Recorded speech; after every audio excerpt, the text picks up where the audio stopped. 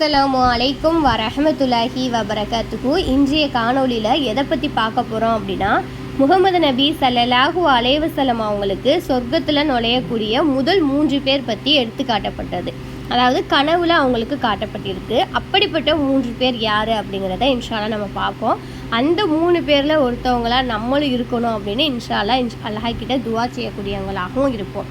முதலாவதாக யார் அப்படின்னா, ஒரு ஷஹீத், அல்லாஹுவின் பாதையில் உயிர் தியாகம் செய்தவர்கள். நம்ம மார்க்கத்துக்காக அல்லாஹுடைய பாதையில் நம்ம என்ன செய்யணும், உயிர் தியாகம் செய்யக்கூடியவங்க தான் முதல் 3 பேரில் ஒருத்தவங்க. ரெண்டாவது யார் அப்படின்னா, பாவங்களை விட்டு விலகி இருப்பவரும் பிறரிடம் கையேந்தாத தன்மானம் காப்பவரும். எந்த ஒரு கஷ்டம் இருந்தாலும் பிறரிடம் நம்ம கையேந்தாமல் எந்த ஒரு பாவத்திலிருந்தும் செய்யாமல் அதிலிருந்து விடுபட்டு வாழக்கூடியவங்க இருக்காங்க இல்லையா, அவங்க. மூன்றாவதாக யார் அப்படின்னு பார்த்தீங்கன்னா, அல்லாஹுவின் வணக்கத்தை அழகிய முறையில் நிறைவேற்றி தன் எஜமானருக்கு விசுவாசமாக இருந்த ஒரு அடிமை.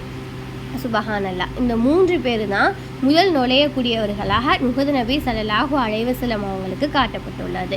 இந்த இடத்துல நம்மளும் இருக்கணும் அப்படின்னு ஒவ்வொரு தொழுகையிலும் துவா செய்யக்கூடியவங்களாக இருப்போம்.